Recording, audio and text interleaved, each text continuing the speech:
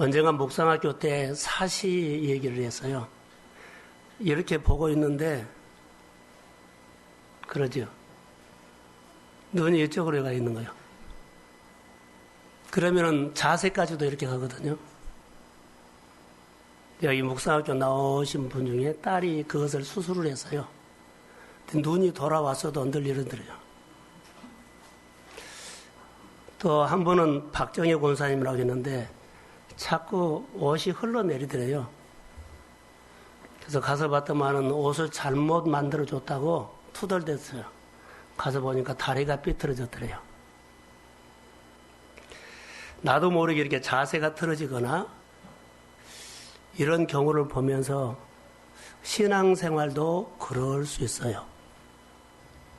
우리가 예수 믿으면서 신앙생활의 관점이 한번 바꿔지면 교정하는 데 시간이 참 걸려요. 나는 제대로 보고 있는 것처럼 보이는데 자꾸 다른 데를 보고 있는 거예요. 교정. 근데 자기는 옳다고 생각하는데 사실 달라요. 성경에 보면 바리새인들의 생활들을 보면 참 아름다웠어요. 근데 어느 순간에 그들의 신앙이 바꿔집니다. 하나님 앞에서 사는 생활들을 그들이 참 보기 아름답고 모범이 됐는데 어느 순간부터 그들이 하는 행동들을 보면 너무 달라진 겁니다. 근데 그런 내용들이 오늘 본문에 나오는데 우리 얘기로 한번 끌고 가려고 합니다.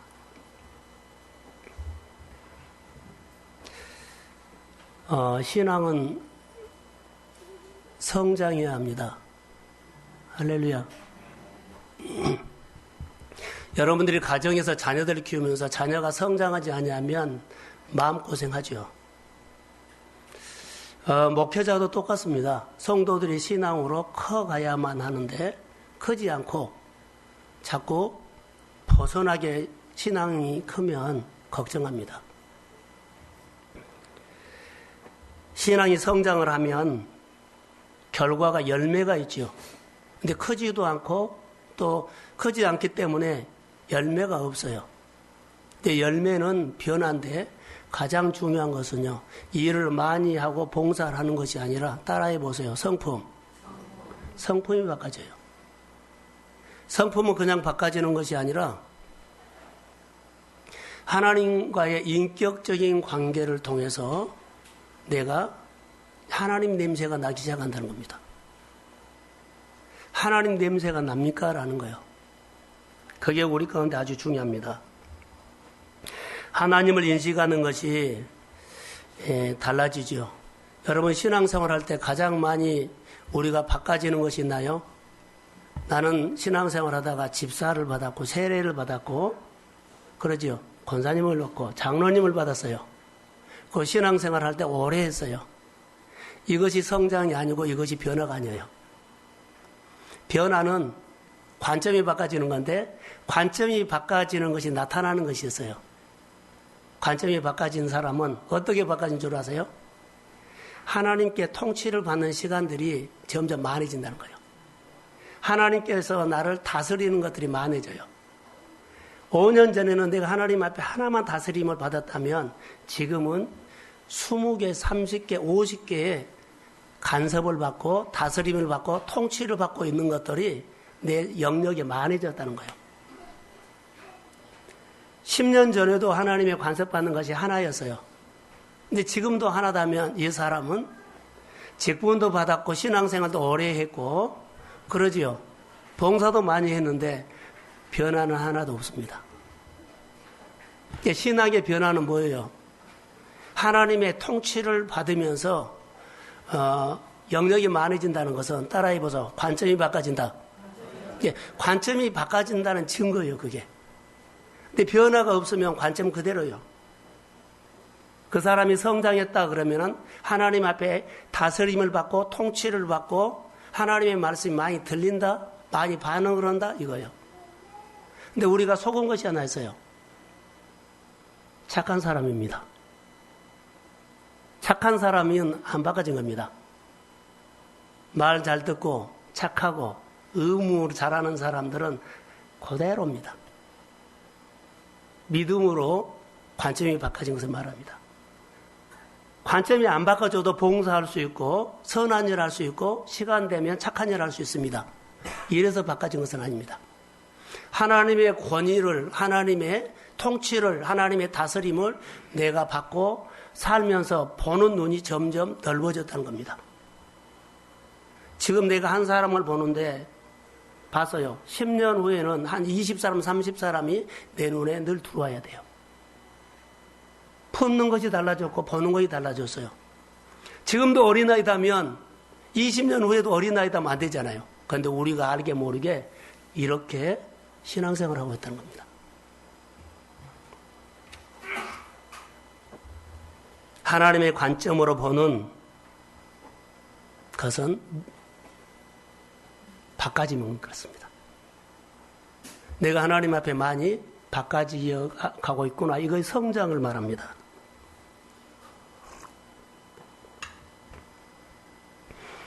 여러분 생활 속에 어떤 문제가 있었을 때 싸움은 착한 성도는 싸움에서 맥을 못 줍니다.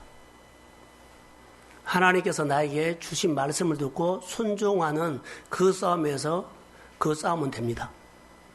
근데 내가 하나님 앞에 말씀을 듣고 통치받고 그러지요. 다스림을 받는 영역이 있다면 그 사람은 그 끈을 가지고 그 문제와 싸우면 하나님이 하십니다. 이게 믿음의 사건입니다. 근데 하나님과 관계를 하지 않고 그냥 시간 됐을 때 하고 그냥 와서 착한 성도, 좋은 일 하고 이럴 때는요. 하나님과 연결이 안 됐기 때문에 기도해도 그분도 못 들고 나도 못 듣습니다. 관계입니다. 그래서 신앙생활은 처음에 시작할 때 습관이 아주 중요하다는 거. 어깨너머로 신앙생활 배우지 마십시오. 그리고 어깨너머로 배우더라도 내 안에 신앙의 모습을, 예배드리는 모습을 정말 저 사람처럼 예배를 드려야 돼. 저 사람처럼 말씀으로 고민해야 돼. 저 사람처럼 하나님의 말씀 앞에서 내가 살아야 돼.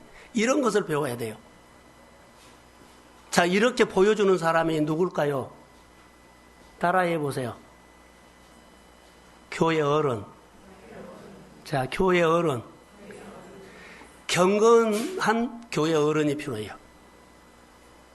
우리는 경건한 교회 어른이 교회 안에 필요하고 경건한 교회 어른이 교회에 많으면 교회는 아름다워져요. 교회는 정말 아름답게 성장해요. 누가 보더라도 다 하나님 앞에서 쓰임받는 제자로 커간다는 거죠.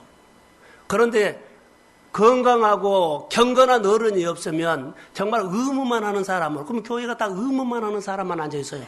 교회가 다 착한 사람만 앉아있어요. 누가 없어요? 믿음의 사람이 없고 제자가 없어요. 하나님의 일은요, 믿음의 사람이 하고 제자가 하는 거예요. 착한 사람이 한 것처럼 보여도 착한 사람이 한 거 아니에요. 하나님의 나라를 세우거나 하나님의 역사가 일어나는 곳은 믿음의 사건입니다. 여러분 생활 속에 정말 믿음의 사건이 일어나고 기적의 사건이 일어나기를 원하면, 하나님의 만진 사건이 일어나기를 원하면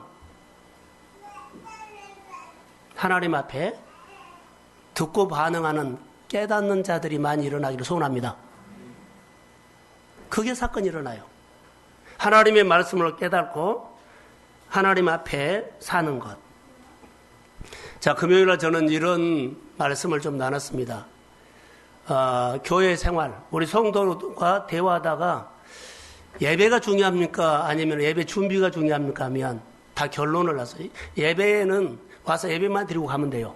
근데 예배보다 더 중요한 것은요, 예배 준비입니다. 자, 예수님께서 4가지 마음밭을 말씀하셨습니다. 내 신앙생활 하는 사람의 마음밭입니다. 자, 그 사람이 4가지 마음밭인데 돌밭과 길가밭과 가시밭과 그리고 옥토밭입니다. 근데 여러분 교회에 와서 예배를 드릴 때 옥토 같은 마음밭을 가지고 준비하면 말씀을 듣고 깨닫는 자가 돼서 30배, 60배, 100배 하나님의 사건이 내 가운데 일어납니다. 하나님이 하시는 일들이 있어요. 근데 말씀을 듣고 깨닫지 못하면 그냥 난데, 보세요. 길가밭에 어때요? 말씀을 들었는데 새들이 와서 먹어버려요. 그럼 마음에서 말씀이 하나도 없어요. 그냥 졸고만 갈 수 있고 아무 생각이 안 나요. 돌짝밭에 말씀은 떨어졌는데 은혜가 돼요. 마음에 조금 있어요. 그런데 그 말씀이 마음에 보면 딱딱한 내 생각들이 꽉 있어요. 그래서 뿌리가 없어서 말라버려요. 이게 은혜는 받았는데 살 힘이 없어요. 자, 이렇게. 자, 가시밭에 말씀이 떨어졌는데 잘 커요. 그런데 세상에 염려와 유혹과 어려움과 복잡하고 바쁜 일들이 너무 많으니까 말씀으로 사는 것들이 없어져 버리고 그 일만 그냥 몰두해 버린 거예요. 그래서 결실하지 못해요. 하나님이 나에게 해주신 일이 없다는 거죠. 그런데 더 중요한 것이 있어요. 길가밭으로 평생 길가밭으로 예배하는 사람이 있다는 거. 준비를 해갖고 왔는데 조금 해갖고 와서 길가밭 같은 좀 은혜 받고는요. 은혜 받고 그렇게 평생을 살아버려요. 돌짝 같은 그런 마음 가지고 주일로 와서 예배를 드는데 그런 마음으로 평생을 신앙생활로 마쳐요. 가시밭 같은 마음으로 평생 간다는 거죠. 하나님은 4가지 밭을 말씀하시면서 너희들은 옥토를 준비하고 오라. 그러면 말씀을 듣고 깨닫는 자가 되면 나는 너 안에서 하나님의 일들을 시작하겠노라. 100가지를 내가 이번 주 하겠다. 60가지를 하겠다. 30가지를 하겠다. 이렇게 말씀하신 거예요. 근데 우리가 말씀을 듣고 깨닫는 자가 되지 못하면 하나님이 나에게 해주신 일이 없는 증거는 돌밭가치로 예배를 드렸기 때문이에요. 은혜 받았는데 좀 감동하다가 말아버린 거예요. 좀 살다가 어려운 일에 의해서 말씀은 없어져 버리고 뭐만 있어요? 내 생각만 잔뜩. 하나님의 말씀이 내 마음에 깨달아서 남아있어야만 그 말씀이 성령이 생각나게 해가지고 내 행동으로 하게 하고 싸워서 이기게 하고 그리고 열매를 주십니다. 이게 신앙생활입니다. 주일 예배를 준비하면서 우리가 하나님 앞에 예배드리는 삶이 이렇게 반복적으로 길가밭으로 평생 해버린다는 거예요. 교회는 와서 예배를 드리는데 하나님께서 나에게 해주신 일이 하나도 없어요. 그러니까 내 힘으로 사는 거죠. 그러면서 교회에 어떤 일이에요? 착한 성도로 살고 의무만한 성도로 살고 그래요. 다 그렇게 해요. 1등 신자는 돼요. 근데 뭐가 없어요? 하나님이 나에게 주는 말씀을 듣고 반응하는 것이 없어요. 신앙생활은요. 하나님께서 말씀하시면 깨달아서 반응하는 것이 신앙생활이에요. 자, 아멘. 이게 신앙생활입니다. 이걸 가르쳐야 되고 이걸 배워야 되고 이걸 해야 됩니다. 이게 신앙생활이에요. 그러지 않으면 종교생활입니다. 여러분, 신앙생활은 복입니다. 다시요. 신앙생활은 복입니다. 훈련하시고 복 있는 신앙생활로 시냇가에 심은 인생으로 우리가 모든 교회가 또 모든 우리 성도들이 그렇게 커가기를 주의 이름으로 축복합니다. 그래서 말씀이 들려서 이렇게 내가 신앙이 자랐어. 작년에 고민하지 않는 것이 이제 말씀 듣고 이제 고민하게 되고 작년에 내가 그냥 대수롭게 여기지 않는 이제는 좀 대수롭게 여기서 정말 고민이 되는 거예요. 이렇게 살아야 돼. 내가 이렇게 살아도 잘 된다면 하나님의 말씀을 가지고 살면 얼마나 잘 될 거예요. 이런 소망을 가지고 하나님 앞에서 사는 겁니다. 그런데 오늘 본문에 보면 교회에서 일어날 수 있는 일들이 일어나요. 안식일 문제예요. 자막은 띄우지 마십시오. 본문에 보기 전에 누가복음 13장 10절 이하에 보면 나면서부터 꼬부라진 사람이 있어요. 근데 귀신이 들려가지고 사람 허리를 꼬부려 놨어요. 근데 안식일날 예수님이 이 사람을 고쳤거든요. 안식일날 예수님께서 이 사람을 고쳐줬어요. 그런데 바리새인들이 무슨 말을 하냐면 그때 당시에 바리새인들은 교회 어른들이에요. 근데 경건한 어른들이 되지 못하고 그들이 바리새인이 되어버린 거예요. 그래서 예수님께서 병 고치니까 안식일을 범했다고 난리를 친 겁니다. 근데 오늘 본문에 보면 안식일날 바리새인 집에서 안식일날 예수님을 초대를 했는데 자 보세요. 그들이 짜고 치는 거예요. 짜고 치는 거 아세요? 예수님을 함정에 빠뜨리려고 바리새인이 예수님을 초대했고, 또 바리새인 다른 바리새인도 초대했고, 또 율법사도 초대했고, 그리고 여기 수종병 드는 사람도 초대했어요. 그런데 문제를 보세요. 예수님 앞에 병자를 딱 앞에 딱 놔두고 그들이 옆에서 지켜본 겁니다. 고친가 안 고친가 보자. 그들이 무엇을 엿보려고요? 안식일날 이 사람을 고치면 그들이 고발하려고. 자, 오늘 우리의 문제는 뭘까요? 성경에는 그랬지만 요즘 우리의 문제는 안식일을 저는 목회자이기 때문에 고민하는 것이 있어요. 다행히 우리 교회는 오전 오후 예배밖에 없지만 큰 교회는 이 문제를 어떻게 다룬가 좀 고민이 되어요. 1부 예배, 2부 예배, 3부, 4부, 5부 예배까지 드린 사람, 1부 예배 드린 사람은 도대체 어떻게 살 거냐? 이런 영성을 키워서 하루 종일 온전하게 주님을 위해서 살 수 있는 주일이 되냐? 그런 고민을 하고, 자, 많이 모인 교회들은요, 1부, 2부 드릴 때 그런 고민하는 목회자가 있겠느냐? 이게 가장 저는 생각하면서 고민인 것 같아요. 1부 예배 드리고, 골프도 치러 가고, 어디 모임도 하고, 등산도 하고, 뭐 게임도 하고 가는데, 이게 온전한 주일이냐는 거예요. 이 시대에 가장 우리가 도전받고 있는 것이 이건데, 여기에 대해서 과연 목회자들이 교회에서, 교회 어른들이 고민하고 있느냐.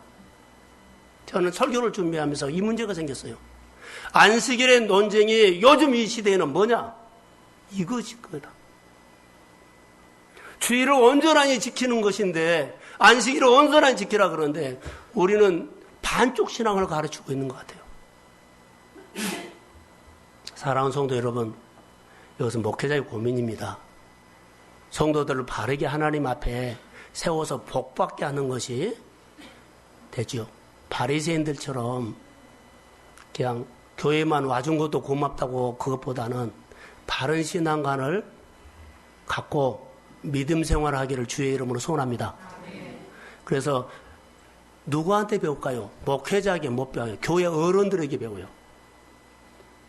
경건한 어른들이 교회에 있어서 자기의 고민이 있었을 때 성도들이 찾아가서 상담하고 그리고 물어보고 이끌어주고 세워줄 수 있는 경건한 어른들이 교회에 필요하다는 거예요.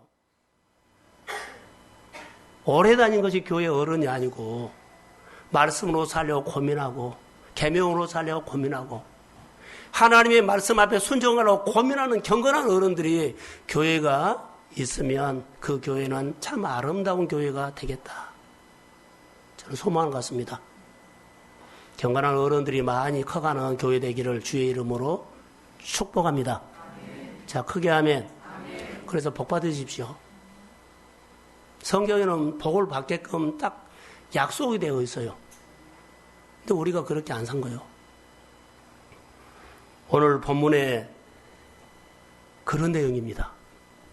그래서 예수님께서 함정을 파놓고 그들이 또 안식일날 언쟁을 벌려고 할 때 예수님께서 선수를 칩니다.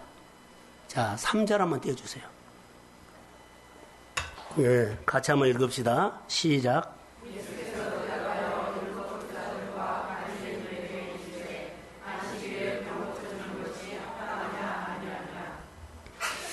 자, 그들에게 먼저 말해요. 안식일날 병 고쳐주는 것이 합당하냐 합당하지 않냐. 사실 바리새인들이 이거 엿보고 있거든요. 얘 고치냐 안 고치냐, 지키냐 안 지키냐. 자, 이것을 뒤집 잡으려고 했거든요. 예수님께서 선수 친 거예요. 그리고 더 한 수를 더 쳐요. 예수님께서 먼저 치고 들어갑니다. 자, 5절. 자, 시작.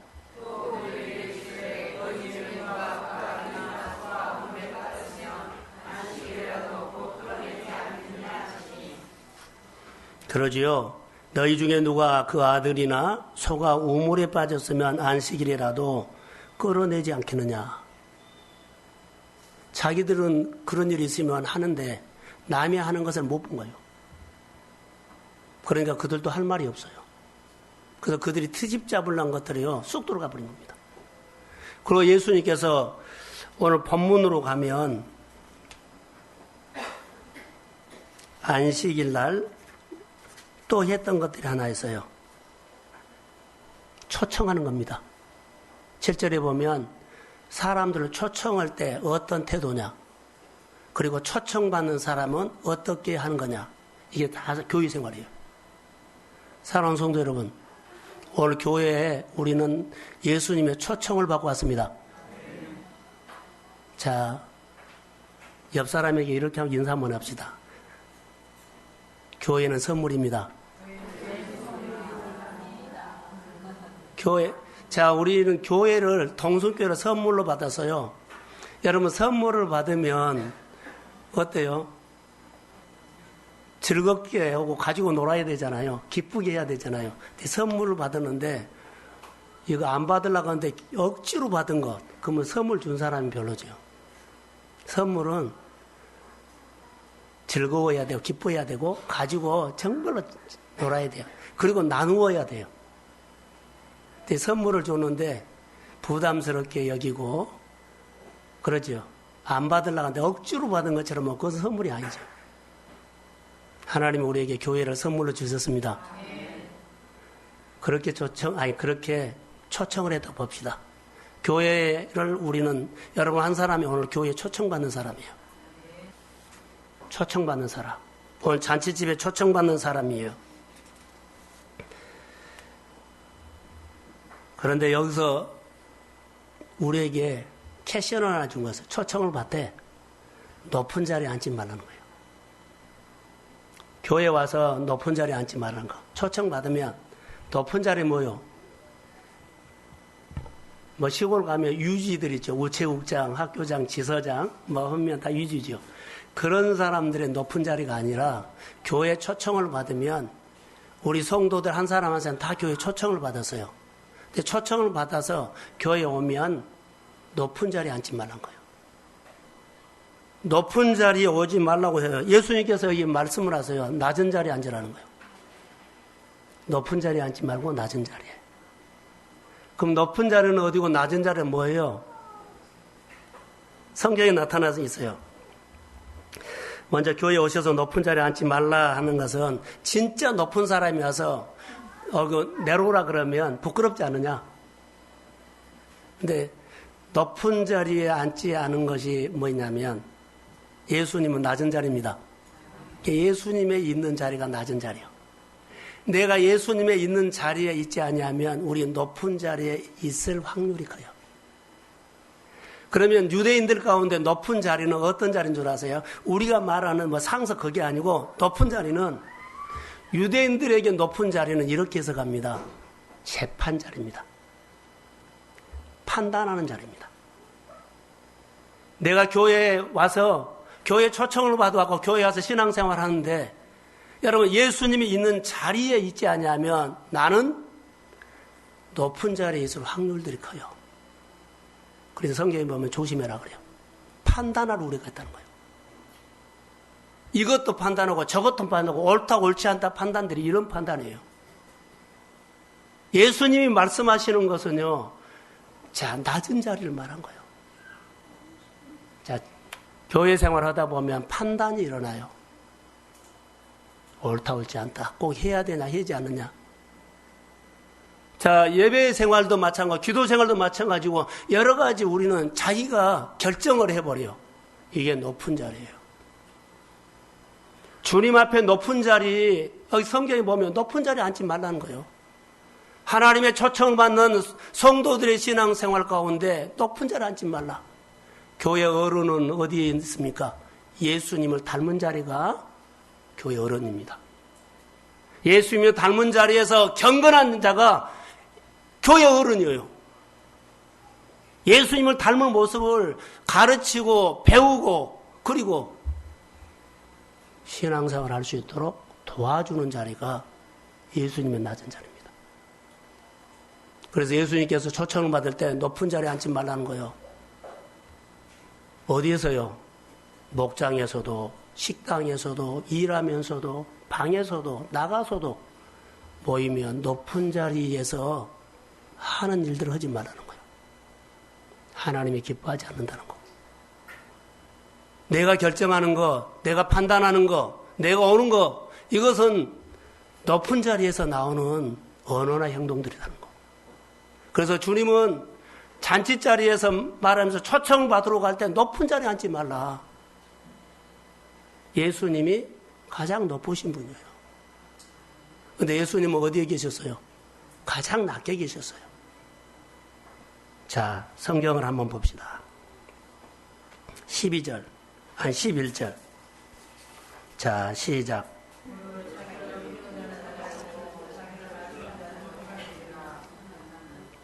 자, 다시 한번 시작.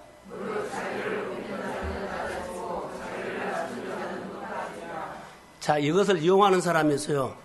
내가 높아지기 위해서 낮아지는 계약을 하는 사람이 있어요. 나는 높아지려고 낮은 자리에서 거래를 하는 사람이 있어요. 높아지기 위해서 자, 계산을 해가지고 막 섬기고. 어느 집에 신방을 갔는데 거래처에 계약을 하더라고요. 그런데 직원을 보내가지고 거래처에서 우리가 3억짜리를 예를 들어서 3억짜리를 계약을 쓸 거야. 그런데 와서 술하고 밥을 500만 원어치를 사주라. 이런 거래를 해요. 이거 옳지 않아요. 자, 높아지기 위해서 내가 계획적으로 낮아지는 행동을 하지만 섬기는 것이 아니다는 거죠. 그래서 낮아진 사람은 더 낮아져라고 내가 문자를 하나 보냈어요. 예수님은 십자가에서 죽기까지 복종하는 것이 낮아졌지만 하늘에서 이 땅이 낮아졌는데 거기에서 또 죽기까지 복종하는 더 낮아졌어요. 인간의 내 생각이 하나님의 교회 안에 결정하는데 하나도 나타나지 않도록. 근데 내 영향력이 교회 결정하는데 교회 일하는데 내 영향력이 늘 거기다가 영향력을 줘요. 이건 낮아진 거 아니에요. 낮아진 것처럼 보여도 다 이것저것 간섭 다 하고 말 다 하는 거예요. 하나님이 드러나지 않고요. 하나님이 높인 것이 아니에요. 내 마음에 안 맞으면, 내 생각이 안 맞으면. 경건한 지도자는 처음부터 끝까지 어른요, 보호자예요. 교회 사역을 보호하고 목회자의 사역을 보호하고 교회 여러 가지 구석구석에 보호하는 것이 교회 경건한 어른들이에요. 이런 사람들이 교회에 세워져야만 교회가 아름다워지요. 교회 임직을 앞두고 많은 고민합니다. 봉사 많이 하는 사람이 경건한 리더가 아니고 주님의 마음을 닮아서 내 표현이 나타나지 않고 주님의 표현이 나타나는 것. 그러면 어떻게 해요? 저를 보세요. 상황에서 메시지를 두고 하는 거예요. 사람을 섬기거나 봉사를 섬겨도 누가 시켜서 하는 것이 아니라 그 자리에 갔는데 주님이 나에게 이런 말을 하셨어. 그래서 그 상황 때문에 한 것도 아니고 그 사람 때문에 한 것도 아니에요. 주님이 시켜서 하십시오. 주님의 제자는 이런 제자입니다. 그래서 탈이 없어요. 사람이 시켜서 한 것도 아니고 교회가 시켜서 한 것도 아니고 주님이 나에게 말씀을 하셨기 때문에 내가 주님 앞에 순종하는 거예요. 기도회로 오라 그래서 오고 오지 말라 그래서 오지 않은 것이 아니라 주님이 나를 콜링했기 때문에 교회 와서 봉사 여러 가지 참여했더니 주님이 나에게 또 뭐 보여준 것이 있어요. 그래서 주님이 또 시켜서 하는 거예요. 이게 신앙생활이에요.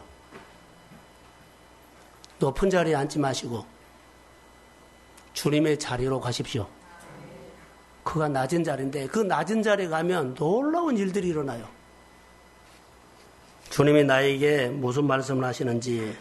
그래서 예수님은 굉장히 높으신 분인데 스스로 낮아졌죠. 그럼 예수님의 낮아지는 생활을 한번 보십시오. 자기를 낮추시고 죽기까지 복종하신 예수님의 그 마음은 하나님으로부터 오지 않으면 행하지 않으셨다는 것. 내가 판단하지 않았다는 것. 내가 앞서지 않았다는 것. 하나님으로부터 듣지 않으면 행하지 않았다는 것. 하나님께서 보여주고 들려주시는 것에 대해서만 행하시는 그 자리가 낮은 자리답니다. 오직 하나님의 뜻만 행하려고 하는 자리, 낮은 자리. 결정은 오늘 내가 해야 돼, 안 해야 돼. 오늘 예배 내가 드려, 못 드려. 내가 이거 할 거야, 못 할 거야. 다 자기가 결정해버린다는 거. 그래서 하나님이 나에게 해주신 일이 잘 안 보여요. 여러분, 저는 목회를 하면서 하나 늘 기도하는 것이 있습니다. 교회 어른을 만나고 싶습니다. 교회를 섬기는 경건한 어른. 성도들이 아프다고 하고 어렵다고 하면 성도들이 그 사람에 가서 상담하고 그 사람에게 배우고 그 사람에게 위로받고 예배에 고민이 있으면 11조에 고민이 있으면 교회 섬기는 데 고민이 있으면 직장에서 고민이 있으면 인간관계 아픔과 고민이 있으면 경건한 어른들에게 찾아가서 상담해주는 교회 어른이 있어야 돼요. 이 교회, 이런 교회가 아름다운 교회입니다. 사랑하는 성도 여러분, 아름다운 교인이 어떤 교인이다고요? 어른이 있는 교회. 낮은 자리에서 하나님의 사건들이 시작됩니다. 이제 설교 준비를 하면서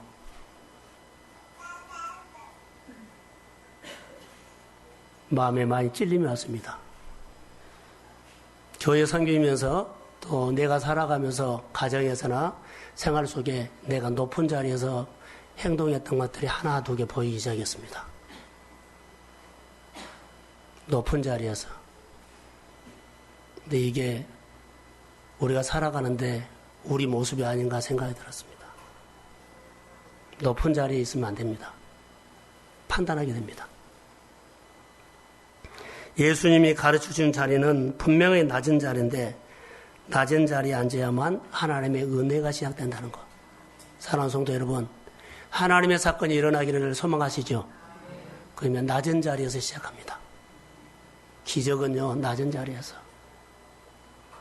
낮은 자리에서 하나님의 위로를 받으십시오. 낮은 자리에서 영적 전쟁에 승리하십시오. 낮은 자리에서 여러분이 풀고 싶어하는 매듭을 푸십시오. 낮은 자리에서 여러분 삶을 여십시오. 주님은 길입니다. 주님은 생명입니다. 주의 역사가 일어납니다. 이 자리를 벗어나가지고 내가 높은 자리에서 이것저것 하면 우리의 행위들이 교회에 대한 행위를 여기 보십시오. 높은 자리에서 하는 모습으로 많이 보여요. 서로 말이 안 통해요. 이렇게 합시다 하면 안 들어요. 네, 결론을 내리겠습니다. 오직 하나님 앞에서 예수님의 모습을 한번 봅시다. 예수님은 바리새인들이 이렇게 환자를 눈앞에다 놓고 티집을 잡고 엿보려고 하죠. 근데 여기에 신경 안 쓴 거예요. 하나님께서 이 수종병 드는 사람에게 무슨 말을 하는지를 하나님에게만 길을 연 거예요. 하나님께서 나에게 주신 마음 가지고 이 사람만 고치겠다는 거예요. 이 사람만 섬기겠다는 거예요. 주변에서 여러 가지 일들을 많이 해도 안 들어요. 주님이 나를 통해서, 다시 말할까요? 여러분들이 여러 가지 일들이 있는데 하나님께서 오늘 주일 예배라고 합시다. 이 예배에 나오는데 여러 가지 일들이 많이 있어요. 그런데 오늘 예배를 통해서 하나님께서 나에게 무슨 말을 할 건가, 하신가, 이것만 들으려고 하는데 다른 데 신경 안 쓴다는 거예요. 예수님의 마음이 바로 그 마음인데 그 마음이 낮은 마음이에요. 그러니까 낮은 마음에서는 아버지의 소리가 들려요. 낮은 마음에서는 메시지가 들려요. 낮은 마음에서는요, 하나님이 아버지를 보여요. 예수님의 삶이 그러셨어요. 그래서 예수님이 관점이 다른 겁니다. 바리새인들이 보는 관점과 예수님이 보는 관점은 달라요. 내가 바꿔졌다는 증거는요, 관점이 바꿔졌을 때 바꿔진 거예요. 똑같은 것을 보더라도 자꾸 내 얘기를 하는 사람이 있는데 똑같은 것을 보더라도 하나님이 좋아서 하는 일이 있어요. 내 수고가 하나님의 나라에 양식 있게 하리라.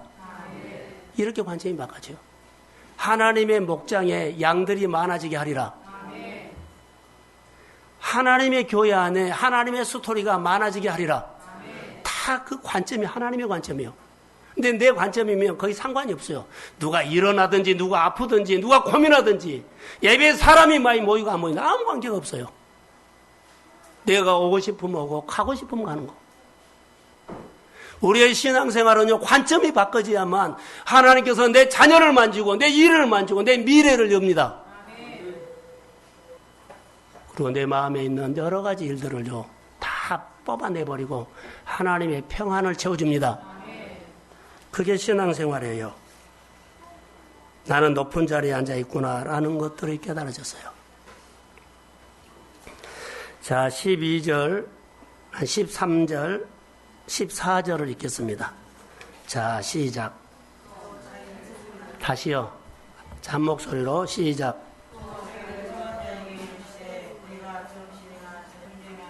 다시요. 14장 13절 시작.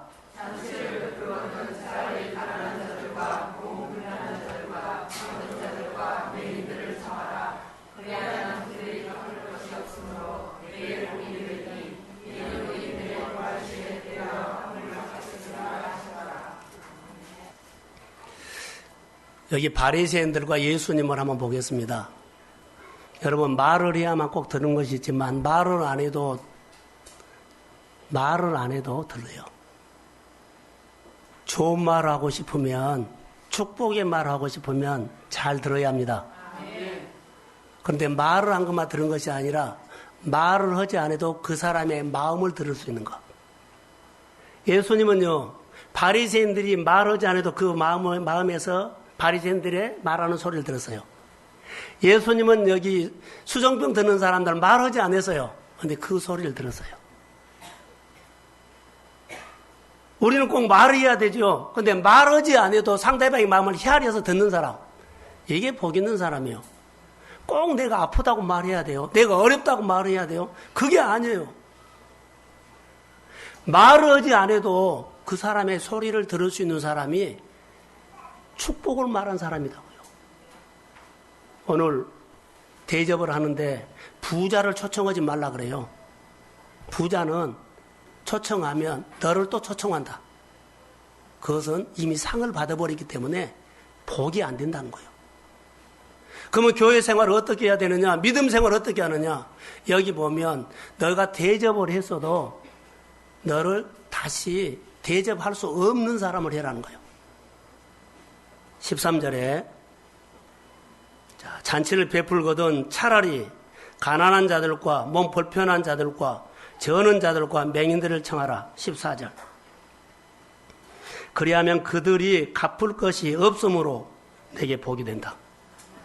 그러니까는 섬겨놓고 칭찬받으려고 좋은 소리 들으려고 인정받으려고 하지 말고 하나님의 메시지를 들고 하나님 보고 하십시오. 하나님 보고 하지 아니하면 전부 다 계산해요. 아까워서 못 드리고, 아까워서 시간도 못 드리고, 돈도 못 드리고. 메시지를 들으면 아까운 것이 없어요. 하나님이 시켰기 때문에 하나님 앞에 순종합니다. 그래서 그 순종을 통해서 능력이 나타나고 기적이 일어납니다. 그런데요, 아까워서 못 드려요. 예, 내가 이미 계산했기 때문에. 행여나 교회를 1시간 와주면 나 1시간 그런 거래하지 마세요. 교회의 생활은요, 하나님 보고 한 겁니다. 자, 신명기 14장 29절. 자, 시작.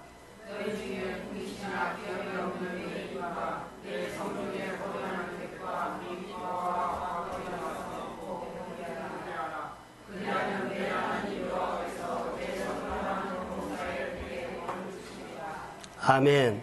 구약 성경에도 보면 나그네, 그러죠. 과부, 그러죠. 고아, 배부르게 섬겨라는 거예요. 그리하면 내 하나님께서 내 손으로 하는 범사에 내게 복을 주시리라. 복을 하나님이 준다고 다 말하고 있어요. 복을. 근데 그냥 주머니에서 돈 줄 수 없잖아요. 메시지를 들어야줘요. 오해하지 마시고 들으세요. TV에서 설교를 드리면서 나 혼자 웃었어요. 교회에 와서 헌금을 하는데 자기 주머니에 예를 듭니다. 10,000원짜리가 걸렸어요. 만지작만지작가 10,000원짜리. 그런데 자기는 1,000원을 드리고 싶은데 10,000원을 드렸어요. 그런데 1,000원짜리가 없어서 10,000원짜리를 드렸어요. 그 사람이 드린 것이 10,000원 드렸을까요? 1,000원 드렸을까요? 바로 그거예요. 마음으로 드리라는 거예요. 그 사람 10,000원짜리 했지만 마음은 1,000원이었어요. 내가 하나님 앞에 사는 삶이요. 이렇게 많이 계산한다는 거죠. 하고도 복을 못 받아. 예배를 드려도 복을 못 받아. 이런 삶이 바꿔져란 거예요. 그러니까 관점이 바꿔지지 않으면 생활이 안 바꿔져요. 내가 경건한 어른으로 커가고 내가 커가고 내 삶을 통해서 많은 사람들이 내가 하나님을 향한 것을 여러 사람들이 느끼도록 내가 하나님 앞에 믿음으로 살려고 고민하는 것이 다른 사람들이 하나님을 느끼도록 내 모습을 통해서 다른 사람이 하나님을 보도록 그래 저 사람을 보니까 저 집사를 보니까 예배 생활은 저렇게 해야 돼. 하나님 앞에서 이렇게 살아야 돼. 의무가 아니라 착한 사람이 아니라 믿음요. 자, 마태복음 10장 40절 한번 띄워주세요. 예, 시작.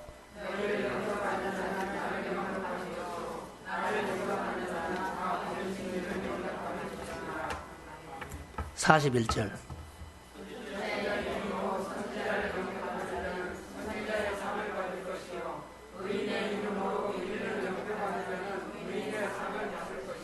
(42절)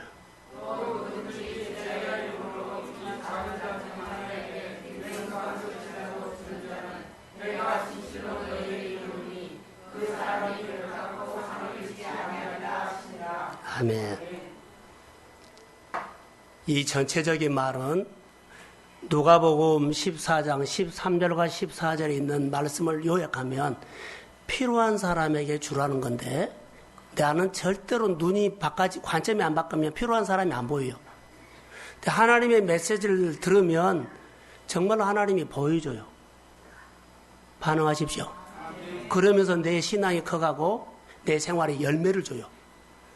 사랑하는 성도 여러분, 교회에 와서 예를 들어서 교회에 와서 교회 구석구석 본 게 내가 할 일이 보이나요? 보여야 돼요. 그게 메시지예요. 목장에 가니까는 내가 목장에서 어떤 역할을 해야 하는 거 보이나요? 보여야 돼요. 그러지 아니하면 예수님의 자리로 못 가서 다 높은 자리에 있는 거예요. 높은 자리는 주님을 만날 수가 없어요. 철저히 주님은 말합니다. 초청을 받고 교회 생활할 때, 초청을 받고 직장 생활할 때 높은 자리에 앉지 마라. 메시지를 드려야만 내가 어느 직장에서 내가 너를 키우고 어느 사업장에서 내가 너를 키운데 나랑 메시지가 소통이 안 되면 내가 너를 끌어주고 싶어도 나의 반응을 하지 못하면 나는 너를 키울 수가 없다. 사랑하는 성도 여러분, 가정에서도 메시지를 들으시고 직장에서도 메시지를 들으시고 그리고 사람 보고 하는 것이 아니라 하나님이 시키기 때문에 하십시오. 그게 소명입니다. 내가 할 일입니다. 그러면서 건강하시고 그리고 잘 되십시오. 그래서 내 틀이 하나씩 깨진 겁니다. 그리고 옥토로 바꿔진 겁니다. 그러면서 여러분 안에 이제는 말씀하시면 듣고 반응하는 건강한 신앙생활이 되고 교회가 되면 하나님이 그 낮은 자리에서부터 놀라운 일을 시작하십니다. 그게 복입니다. 그래서 올 보면 베풀어라는 거죠. 주님의 마음으로. 우리 교회 모든 성도들이 신앙이 듣고 반응하는 소통하는 신앙으로 성장하기를 주의 이름으로 소원합니다. 다 같이 일어나십시다. 교회여 일어나라. 마음에 가슴에다 손을 얹어 보십시오. 제가 오늘 축복을 합니다. 하나님, 간절한 소원이 있습니다. 1년이 아니라 5년, 10년 동안 똑같이 생활했습니다. 이제 보는 것도 달라지고 삶도 변화가 오기를 원합니다. 하나님 앞에 통치 받으며 하나님의 능력으로 내게 해주신 일들이 많이 일어나기를 원합니다. 치료도 받게 하시고 영적 전쟁도 승리하게 하시고 땅도 아름다워지게 하시고 그리고 우리 신앙의 열매도 있게 하시고 그리고 말하지 않아도 그 마음의 소리를 들을 수 있는 영적인 어른이 있게 하옵소서.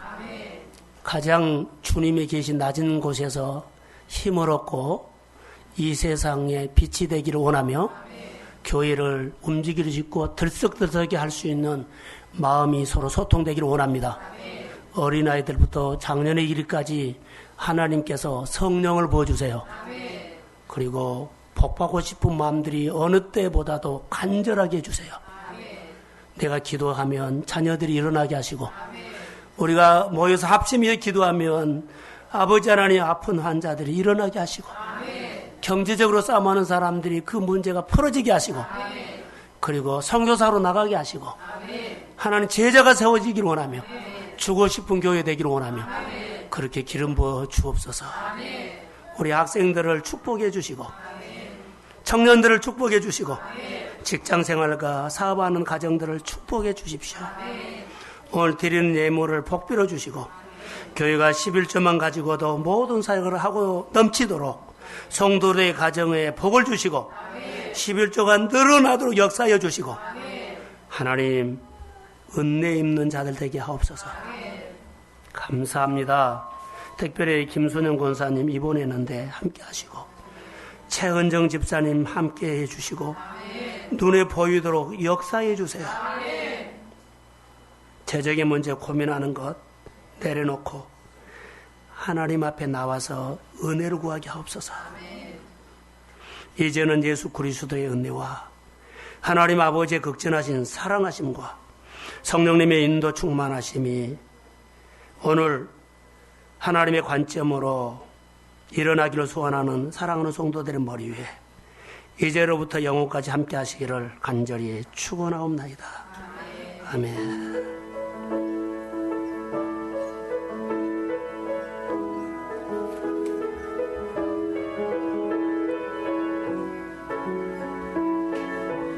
장 24절 말씀을 읽고 시작할게요. 그러나 내 종 갈렙은 그 마음이 그들과 달라서 나를 온전히 따랐은즉 그가 갔던 땅으로 내가 그를 인도하여 드리리니 그의 자손이 그 땅을 차지하리라. 아멘. 주님이 우리에게 홀로서라고 요청한다면 어떻게 하시겠습니까? 신앙은 홀로서기인데 왜 홀로서라고 했을까요? 그 이유는 우리가 주권자로 능력자로 365만 평을 다스리는 자로 세워지기 원하시기 때문입니다. 주님은 환경과 상황이라는 껍질을 깨고 홀로 서기를 원하십니다. 본문에서 이스라엘의 정탐꾼 12명 중 10사람이 가나안에 갈 수 없다고 하자 이스라엘 전체의 분위기가 그렇게 번졌습니다. 대세가 부정적으로 결정 나버렸습니다.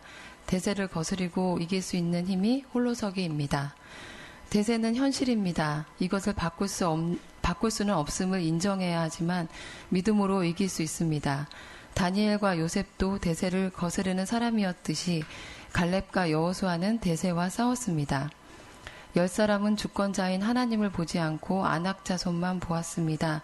현실, 즉 코앞에 있는 것만 보지 말고 큰 줄기를 보십시오. 하나님께서 앞으로 내 삶을 어떻게 인도하실지 바라보십시오. 우리도 정신을 못 차리면 이스라엘 백성처럼 90%는 여론이나 정보에 휩쓸려 버리게 됩니다. 그로부터 빠져나오기 위해서 하나님 앞에 홀로서기를 하십시오. 신앙생활은 구별하는 것이고 그것이 홀로서는 것입니다. 눈앞의 것에 에너지를 쓰면 홀로서기를 할 수 없습니다. 나를 부인하고 내 껍질을 깨는 자신과의 싸움, 주님을 알려는 것이 먼저 있어야 홀로서기를 할 수 있습니다. 쉽게 사는 것 속에, 부정적인 것 속에, 껍질을 깨지 않는 속에서 빠져나오십시오. 다니엘은 온갖 유혹에서 뜻을 정하고 홀로서기를 결단했습니다. 대세를 이길 수 있는 영성을 준비하십시오. 승리하든지 실패하든지 결과가 중요하지 않습니다. 그 환경과 과정은 고생스럽지만 주님이 주목하고 계십니다. 갈렙은 우리가 곧 올라가서 그 땅을 취하자고 하고 우리가 가려는 땅이 좋은 땅이라고 말하지만 이스라엘 백성의 분위기는 험악하고 부정적이었습니다. 이때 하나님께서는 이스라엘 백성의 말로 인해 그들을 가나안 땅에 정말로 보내지 않았습니다. 내 종 갈렙은 그들과 마음이 달라서 나를 온전히 쫓았은즉 그 후손들로 그 땅을 차지하게 하리라고 하나님은 말씀하십니다. 이 축복의 소리를 못 듣는 사람, 10명의 정탐꾼과 이스라엘 백성 안에 들어가지 않도록 조심하십시오. 하나님께서 나를 부르셨던 목적을 잊은 채 환경의 열매가 목적이 되는 사람이 있습니다. 상황이 어렵다고 하나님의 옷을 벗지 마십시오. 갈렙은 그 마음을 지켰고 대세에 눌려도 하나님께서 입혀준 옷을 입고 있었습니다. 이것은 믿음에서 나온 것입니다. 듣고 순종하며 따라갈 때 하나님께서 새 판을 짜서 30배, 60배, 100배를 주십니다. 이 시대는 말씀으로 사는 시대입니다. 듣고 따라갈 때 새로운 것을 보여주시고 담아주십니다. 말씀 묵상하며 들은 말씀으로 사십시오. 부르심의 목적이 있습니다. 예수 믿는 기쁨이 내 모든 환경을 이겨버릴 수 있는 홀로 서는 신앙이 되십시오. 갈렙과 여호수아는 충성한 사람이었습니다. 주변에 일어나는 많은 적들과 문제가 중요한 것이 아니라 하나님이 나에게 어떤 분인가가 중요합니다. 영향받지 않고 영향을 주는 사람, 강함과 용맹, 홀로서기 위해서는 대세를 거슬려야 합니다. 하나님 앞에 강한 자로 서십시오. 하나님 안에서 미래를 준비하며 갈렙처럼 홀로 서는 사람이 되십시오. 하나님 앞에 쓰임받는 자가 되십시오.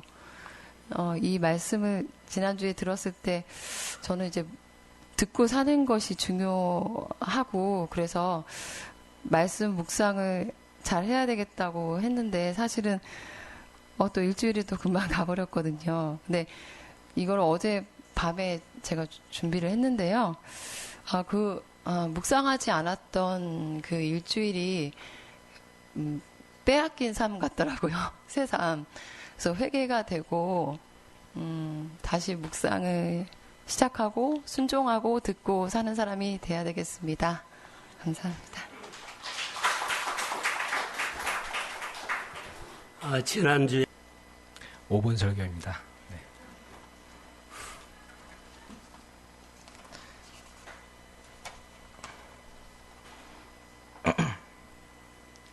저번 주 주일 말씀 믿음으로 홀로 서는 사람 민수기 14장 24절 말씀으로 준비했습니다. 신앙은 홀로서기입니다. 주님은 우리를 주권자로 세우고 능력자로 세우기 위해서 홀로서기를 원하십니다.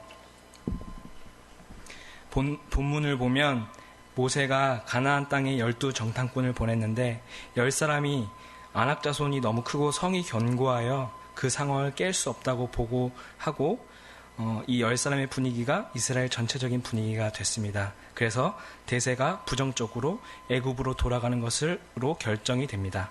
우리는 대세에 눌려버리고 갇혀버리고 따라가 버립니다. 주님은 대세를 이길 수 있는 생명 영역 있는 신앙을 우리에게 요구하십니다. 대세가 결정되면 대세는 현실이 됩니다. 이 대세를 내가 바꾸려고 애를 씁니다. 대세가 바뀌면 인정해야 합니다. 결정난 것은 바꾸려고 하면 안 됩니다. 바꾸시는 분은 따로 있습니다. 대세가 결정되었지만 환경은 인정하되 믿음으로 이겨야 합니다. 우리의 생활 속에서 대세는 인정하시되 믿음으로 싸워야만 이깁니다. 열심으로 이 대세를 반전시키는 것은 한계가 있습니다. 10명의 우리가 한 달 먹을 것을 생각하지 말고 내 인생의 주관자신 하나님을 보면서 큰 범위를 봐야 합니다. 현실을 보지 않고 내 인생을 지금까지 끌고 오고 주관해 오신 그분이 아프게도 하시고 잘되게도 하신 하나님을 배워야 합니다. 우리는 향방 없이 열심히 뛰지 말고 남들과 생각이 달라야 합니다.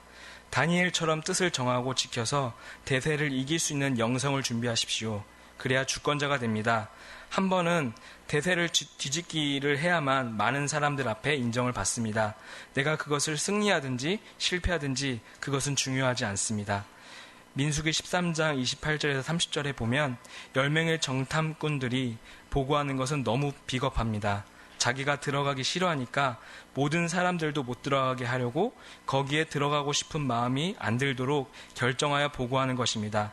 나의 믿음의 말 하나가 사람을 살릴 수도 있지만 말 하나로 인해서 내 주변의 사람들의 믿음을 송두리째 하나님을 가슴에서 지워버리기도 합니다.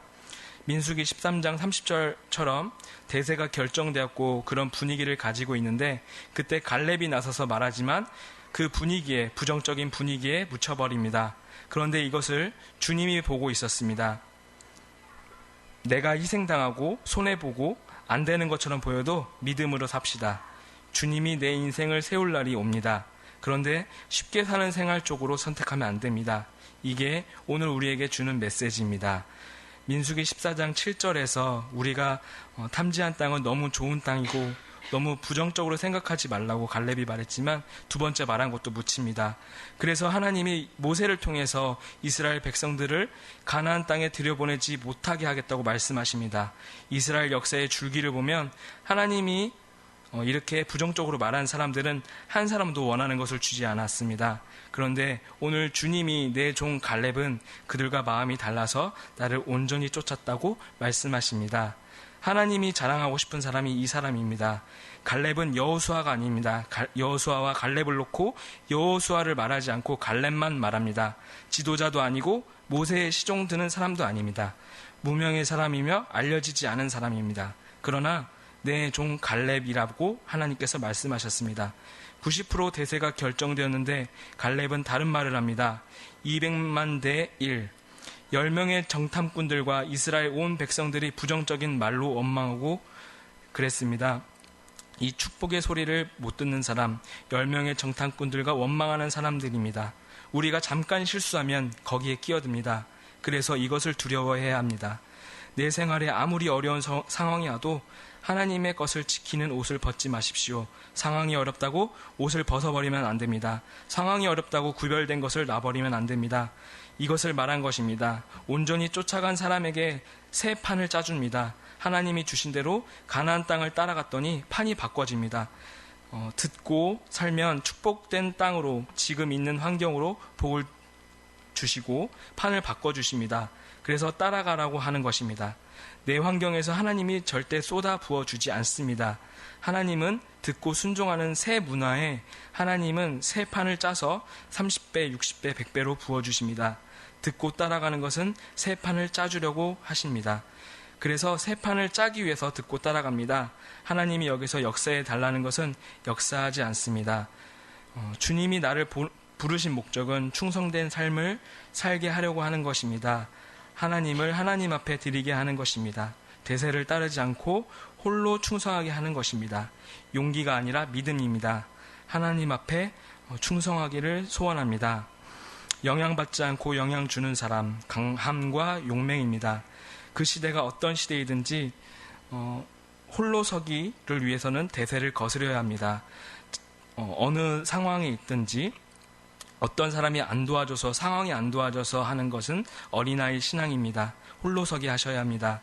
하나님 앞에 강한 자로 서십시오. 상황을 거슬러 올라가는 것이 배고픔을 거슬러 올라가는 것이 주변에 많은 사람들이 너무 많은 소리를 하더라도 거슬러 올라가는 것이 다른 사람들이 사업이 다 잘 된다고 해도 내 사업이 안 되는 것을 보고도 내가 거슬러 올라가야 합니다. 길게 보십시오.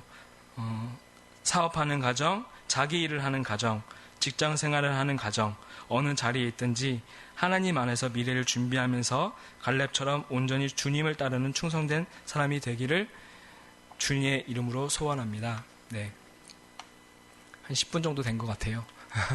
네, 5분 설교인데 이것을 준비하면서 그리고 이것을 저번 주 말씀을 듣고 제 마음에 새겨졌던 것은 제가 지금까지 이제 학교에서 졸업을 하고 그리고 지금 현재 직장 생활을 하면서 느껴왔던 것을 말씀을 통해서 입증했다고 생각이 됐어요. 뭐였냐면 다른 사람들은 다 대기업을 가기를 원했고 다른 사람들은 다 돈을 따라서 갔지만 저는 그 돈을 따라서 가는 것이 너무나 싫었고 하나님 말씀을 어떻게 하면 좀 더 가까이 갈까라고 고민을 하는 찰나에 지금 제가 다니는 회사에 들어가게 됐고 또 그 회사가 어려운 과정에 있어서 다른 사람들은 다 직장을 떠나도 저는 그 회사를 지키면서 하나님이 어떻게 하실까 그거를 기대하면서 이제 기다려 왔는데 그러다가 최근에 이제 회사가 그 어려운 상황 속에서 이제 다 헤쳐나왔어요. 헤쳐나오고 이제 정말 하나님이 하실 것을 기대하고 새 판을 짜주시는 것을 봤어요. 새 판을 짜주시고 그리고 그 새 판을 짜주시는데 그 환경 속에서 저를 보내시더라고요. 그래서 그래서 다음 주에 저는 이제 그 일로 인해서 출장을 가게 되는데 좀 멀리 가요. 네. 그래서 그 새 판을 짜주시는 것을 하나님께서 경험하고 또 보라고 이제 저를 보내시는 것 같아서 너무 말씀을 들을 때는 아무런 그런 뭐 특별한 느낌이 없었는데 이것을 정리하면서 그 확신이 오더라고요. 아, 이게 하나님이 나에게 새 판을 짜게 하시는 거구나. 이제 하나님이 하실 것들만 남았구나. 그리고 오늘 말씀을 통해서도 하나님이 이제 움직여 가시는 것들이 점점 많아진다고 하셨던 것처럼 아, 이제 하나님이 하시는 것들이 많아지겠구나라고 저에게도 말했고 그리고 그것을 또 제 안에 있는 저에게도 지금까지 잘 버텨